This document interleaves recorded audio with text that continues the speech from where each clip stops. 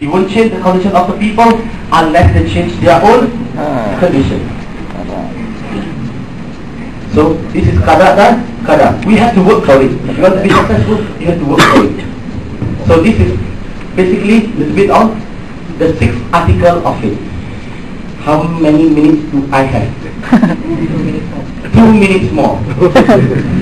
Okay, the next thing is, okay, just now we discussed about spiritual things. Now let's discuss about a little bit about the rituals. Muslim, what do? We have 5 pillars. We believe in 5. We also practice in 5 pillars. This is called ritual. The ritual practice. Number 1 is the shahada. Okay, declaration of faith. Number 1 is declaration of faith. Means we Muslim, for a person to be a Muslim, they have to do declaration. Okay. So what they say? They say there is no God deserves to be worshipped. There is no God deserves to be worshipped except the Creator alone. Number 2 is a salat. Salat, in fact, usually people translate it as prayer. Actually, prayer is not suitable. Actually, we cannot find a replace. We cannot use English words or Malay words to replace the word salat. But usually people call it as prayer. Okay. Now, prayer for we Muslims is very important. It's compulsory to pray 5 times a day. And the best thing in prayer is for the Muslim is when they do prostration. They put their head on the ground. That is the best time for the human beings, for the Muslim, to humble themselves before Almighty God. The third is to give zakat. Means to give alms or to give things to people. Zakat. Number 4 is fasting. The Muslim fast. Minimum 29 to 30 days in Ramadan. Okay. Now, when we talk about time doesn't permit me to give explanation or further explanation. The last one is Hajj, and it's compulsory for every Muslim to perform Hajj at least once in their lifetime. For those who can afford. For those who can't afford, you already passed the test. You don't have to go if you can't afford. So with this, I would like to end my talk. We go to the next step. Thank you very much. Assalamualaikum. Thanks a lot, Bernie, for his good personal mention for the Quran. I would say it is very fantastic, very good place to see all of the speakers. If you notice, it is very difficult to compress, to summarize, to conclude all the teachings, all the story, all the history from 1,000 years ago into a half an hour session. Please give a big clap. And of course, because they are bothered by the time, now we go to the second round for the Q&A session. I may invite all of the speakers to the stage.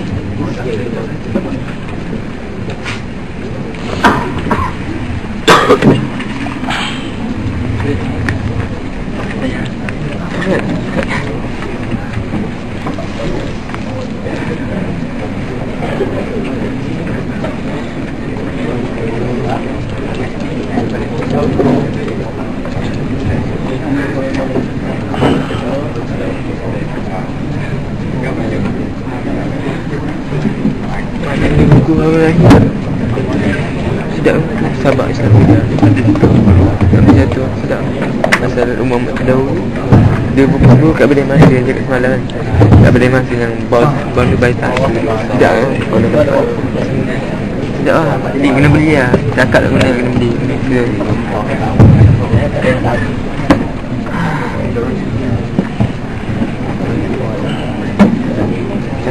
cakap tak cukup bukan cakap tak boleh cakap tak cukup lah tak sempurna proses tu tak compliment lah tak complete tak nak ingat tadi tu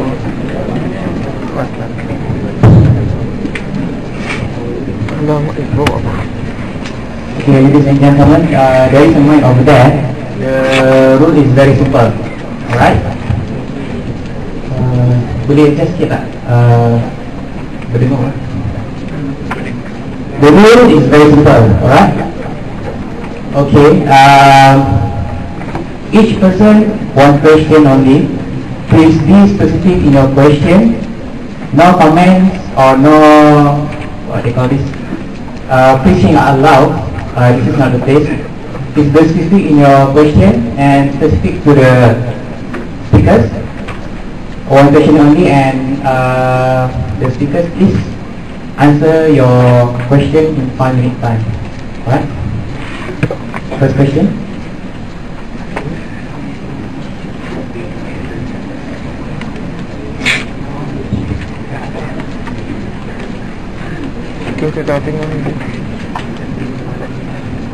Please to mention your name. Where you come from? Please mention your name.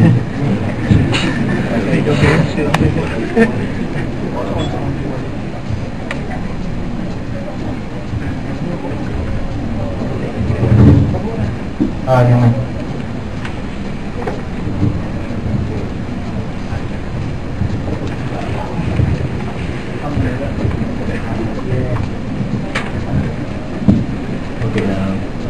Assalamualaikum and good morning to the dear speakers and brothers and sisters. Okay, my name is Wan. I'm from Taman Melodi. So I have a question for the second speaker. Okay, before that I would like to tell you that I've done some research with the Bible. So some confusion with so before that I want to quote something that you said just now, that the Bible is focused on the and in Luke chapter 6 verse 46 to 49, that Jesus complained that people that doesn't do what he says, right? So my question is okay, when Jesus says that meaning we must do what he said, right? So my question is, does Jesus say anything in the Bible that we must accept is there as already our sin? Can you explain this to me? Thank you. Actually, there are many places where he talks about his death, you know.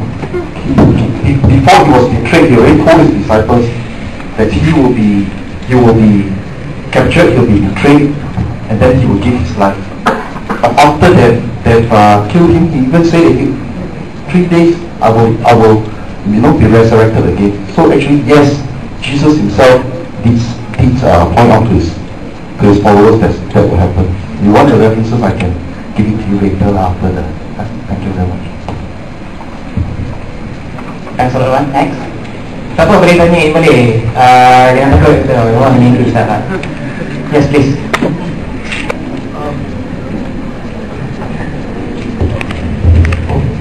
Greetings to everyone. I want to address my question to the Buddhist speaker. I was a Buddhist 2 years ago before I converted to Christian. As my journey until now, I see Buddhists as a center in human ability, in human mind.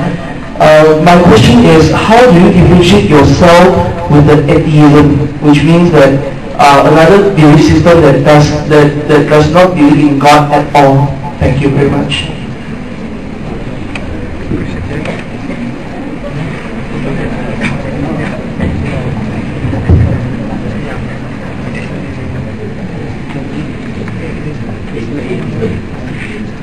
System which does not believe in God. To us, to the Buddhists, it all depends when we say God or not God. It all depends on the interpretation of God. In the Buddha,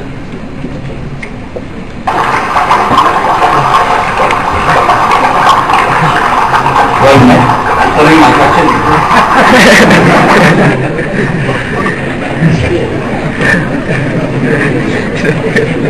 I do not know much about the atheism, but according to the Buddha, love, kindness, you can tell with God, it's up to you. But Buddhists also, we have many gods. We believe we have many gods. And at the home, we also say there are 2 gods there. Our parents are the gods. So we do not say that there is one God only, but there are many gods. So this is our interpretation. So if you define the love as God, it is God to us. We accept that. masa pemilu terdekat.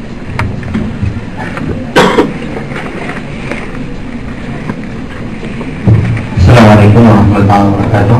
Nama saya Muhammad Ismail Abdullah daripada Kelana Jaya. Soalan saya tengok semua agama ni mana mengajak kepada kebaikan. Tidak ada agama yang mengajak kepada keburukan dan sebagainya. Jadi soalan saya ni terbuka kepada semua panel lah untuk jawab. Bagaimanakah tuan-tuan semua melihat masa depan setiap agama yang ada ni? Sekian, terima kasih. 2 minutes each speaker.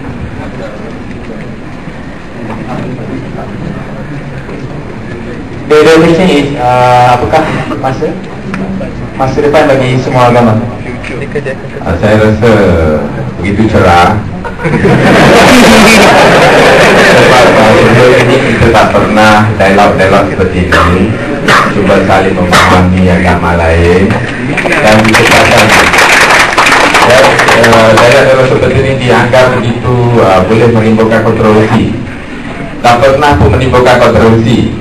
Saya pernah menghadiri satu sesi dialog di mana para panelis mengagung-agungkan agama masing-masing, sehingga kan pada akhirnya para panelis pula yang bergaduh. Mana sampai bergaduh, terpaksa dibatalkan sesi itu. Jadi saya nampak sekarang ni lain pula keadaan dia. Masing-masing very understanding, masa kami berharapan itu masing-masing menghormati agama lain.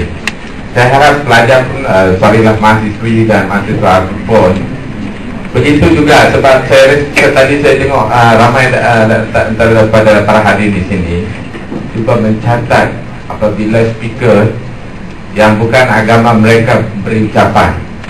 Itu satu tanda kebaikan, kemajuan.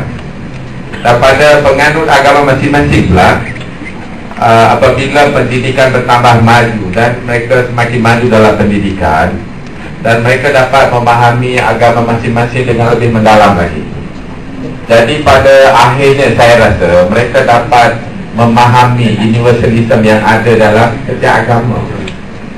Dalam perbincangan tadi pun ada saudara Sun mengkutkan apa yang saya telah sampaikan. Dan saya juga rasa ada persamaan apabila saudara Sun menyampaikan ucapan beliau. Jadi saya rasa semakin cerahlah masa depan bagi semua agama. Terima kasih.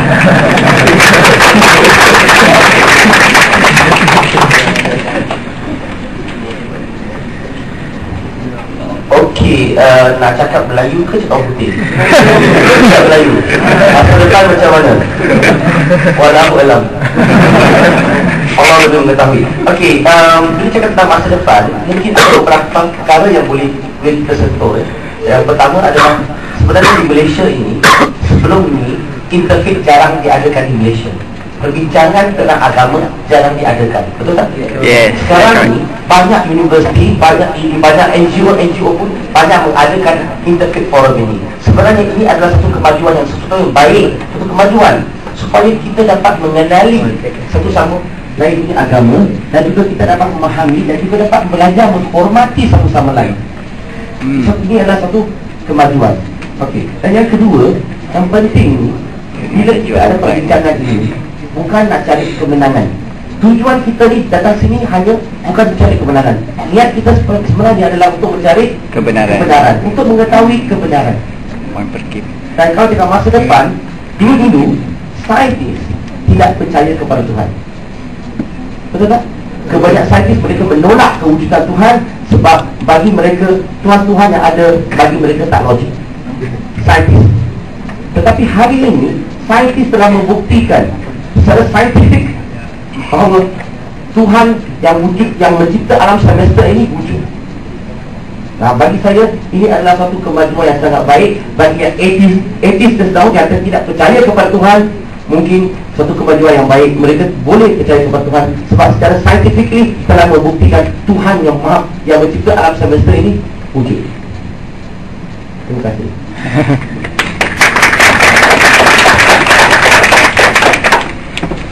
From the Buddhist point of view, there's nothing wrong with religion. It's the human mind. If all religions teaches us to be good, it's the human mind is how we interpret and how we follow, as all our brothers say and sisters say. Do we obey God or not? Do we practice the teaching of the instructions of our teachers? Do we interpret well? It's not according to your interpretation, but according to God, or according to the master or the Buddha, according to, because they are enlightened ones, not according to us. So there's nothing wrong with religion, except we ourselves must look inside us. And now we talk about science, science can replace this and replace that. It's true that science can make us happy, can make us comfortable, make us convenient, progress, yes. But we can say that science without religion is crippled. But religion without science is blind.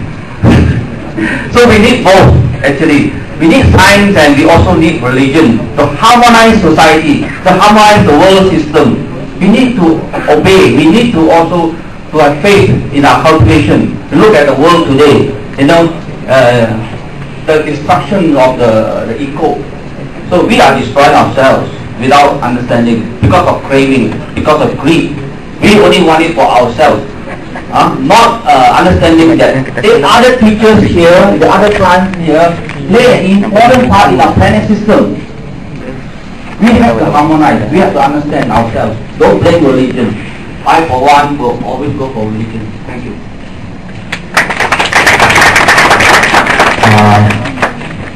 Seperti yang dikatakan oleh speakers tonight, I think the master depan adalah syarah. Because of this openness, last time before, cannot, Christian cannot go to Muslim talk, or Muslim cannot go to Christian talk or something like that. Now they are very open, and also our knowledge is advancing, and I always encourage the Christians and others to read other people's scriptures. Don't just read about what other religion write about it. Sometimes they may be a bit biased. But talk to the people of that religion, the Christian friends, the Muslim friends, the Buddhist friends, and get their point of view. And I always enjoy interreligious dialogue like this because I always learn something new. Like this is not the first time I heard our religious speaker. The last time I remember, still you teach me what the reason behind the practice of putting the ash. He says, remind you of the humanity, you see.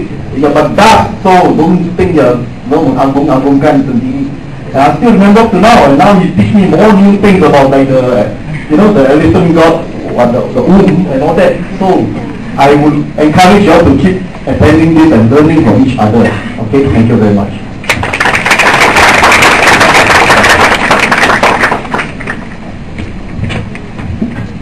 Assalamualaikum warahmatullahi wabarakatuh. Saya dari Indonesia. Kebetulan berada di sini. Jadi saya nak tanya tentang beberapa hari yang lalu tempat saya buka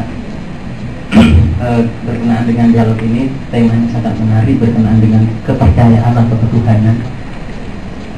Saya teringat beberapa ayat yang sangat minta penjelasan dari ahlinya, karena tadi dari yang Muslim mengatakan pas'alu ahla dzikri in kuntum la ta'lamun. Ini berkenaan dengan kitab Bible yang mengatakan dalam Ulangan ayat 6, kemudian Yesaya 45 ayat 5 dan 6 mengatakan tiada Tuhan kecuali Allah. Atau ayat yang lain mengatakan Tuhan itu Esa. Esa itu satu, tak ada duanya. So mungkin ada penjelasan, karena berkenaan dengan ini sempat saya diskusikan di bawah, artinya di tataran sama-sama belajar, penjelasan itu kurang saya masih mempertanyakan. Jadi di antara jawaban-jawaban mengatakan bahwa kenapa Yesus itu dipertuhankan, padahal ini ada ayat seperti ini. Artinya ada ayat yang secara jelas mengatakan tidak ada Tuhan selain Allah, Tuhan itu Esa dan lain sebagainya. Alasan mereka yang selalu dikemukakan adalah bahwa Yesus itu tidak ada bapak. Mestinya yang lebih unik lagi adalah Adam. Adam itu tak berbapak dan tak beribu. Mestinya dia yang jadi Tuhan, lebih unik lagi. Jadi mungkin saya teringat dengan sebuah analog bahwa ini ada proses kalau di dalam Islam itu ada dari materi menuju materi, artinya ada materialisasi. Mungkin ada di sini ada ilahisasi, jadi ada proses penuhanan. Mungkin sejak bila itu dianggap Tuhan, karena mengingat kitab Bible itu berseringnya mengatakan bahwa tidak ada Tuhan selain Tuhan, atau bahkan ada saya lupa di bagian yang mana, tapi saya pernah jumpa di pernyataan Yesus bahwa dialah Tuhan yang aku sembah, dialah satu-satunya Tuhan. Tapi saya lupa berkenaan dengan itu, tapi mungkin ada penjelasan bagaimana sebetulnya interpretasi seperti itu. Assalamualaikum. Nah, ini soalan yang kekeliruan yang banyak orang mengeliru. Sebenarnya Yesus itu manusia atau Tuhan? Dan mengapa orang Kristen menganggap Yesus itu adalah Tuhan? The best thing is look at what Jesus said about himself and what he do with it.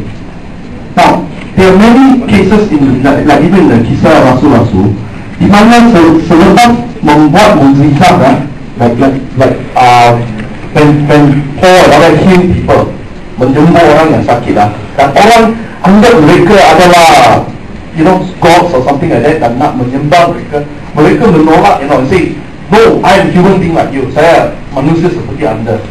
Tetapi dalam Injil bila orang bersujud dan menyembah Yesus, dia terima, he accepts worship, which is very shocking, especially if you are Jew. The Jew are as strict as the Muslims about being one God only, you see. So in fact there was a total change of mind. So people have to ask, who is this that even forgives sin, who accepts worship from human beings, unless it's God. So actually, one time that they asked him, mereka meminta Yesus, show us God, tunjuk kepada kita God, and you will be satisfied. He said, have you been with me so long and you don't know me? He who has seen me has seen the Father. Siapa yang melihat, mengetahui saya telah mengetahui Tuhan. So Jesus himself actually openly states that, and that is something which I in my natural mind would not accept. But there it is in the Bible. So either the Bible is true, in what it says, or else it is false, and I won't believe it. Because I believe that it's true, that's why I'm a Christian. Thank you very much. I think saya buka lagi dua soalan.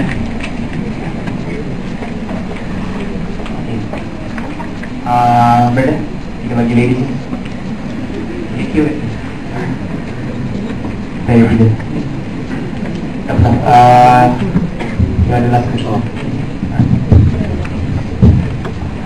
Selamat pagi, Assalamualaikum. Saya ada satu soalan tentang agama Kristian. Daripada talk tadi saya dapat memahami bahawa Kristian ni yang pentingnya ialah Tuhan telah mengorbankan anaknya sendiri untuk menebus kesalahan semua manusia. Jadi itu ajaran utamanya. Jadi saya cuma ingin tahu bagaimana pula nilai kebaikan dan keburukan yang kita lakukan. Kalau kita percaya bahawa semua dosa kita tebus, jadi apa gunanya kita buat baik, apa gunanya kita buat jahat, apa nilai di sisi agama kita. Dan kita sekarang dalam Islam. Thank you. I think the speaker dapat Okay, ini sangat juga soalan yang menarik. Yang pertama, what you're asking is what's the role of good work di dalam ajaran Kristian. Basically, it's this, the big difference is this. Most people think that, it's like, life is like Dutching, Not tahu Dutching, yang Tapi, on one side is the dosa, on the other side is perbuatan kebaikan. Kalau yang dosa lebih berat, yang habis pergi ke neraka. Kalau yang kebaikan itu lebih, dan you pergi ke syurga lah. But for Christians it's very different, because the passing mark for the exam is not 50 marks, passing mark is 100 marks. So sebab itu by our own effort kita tak boleh membuat sampai kita boleh mencapai tahap ditentukan oleh Tuhan itu 100 mark, 40 mark. So that's why we cannot by our own efforts and our good work save ourselves. So what is the role of good work? Okay, you take example bila nak membina rumah, dia ada tapak, the foundation, and then dia ada structure yang atas lah. Yang lebih penting is the tapak ini. So for the Christian, the tapak is not perbuatan baik, because cannot. The tapak is kepercayaan kepada Yesus. Then when we invite Jesus to come into our heart as penyelamat, He gives us a change in nature, like transfusion. To tukar the nature of ours which was sinful and wanted to melakukan dosa dengan the role kudus, which make us want to please God by doing good. So the perbuatan baik is the hasil or the result of this change dilahirkan semula, bukan satu cara untuk mencapai kebaikan, pergi ke surga apa semua itu. That's why if there's a person genuinely converted as the Christian believer, there must be a change in his life. Kalau tidak, the conversion is bukan tulingan. Dia cakap saja or he thinks he's converted already. If there's no change in the person's life, sebelum dan selepas dia bertaubat dan menerima Yesus sebagai penyelamatnya. Thank you very much.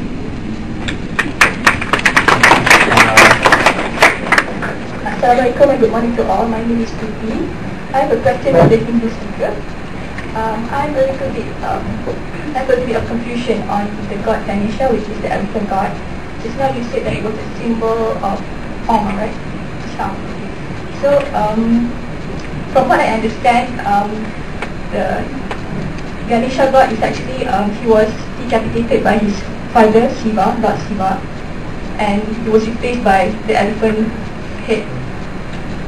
So I just want to know whether this story is true, and if it is true, then how did Shiva as the god didn't recognize his own son?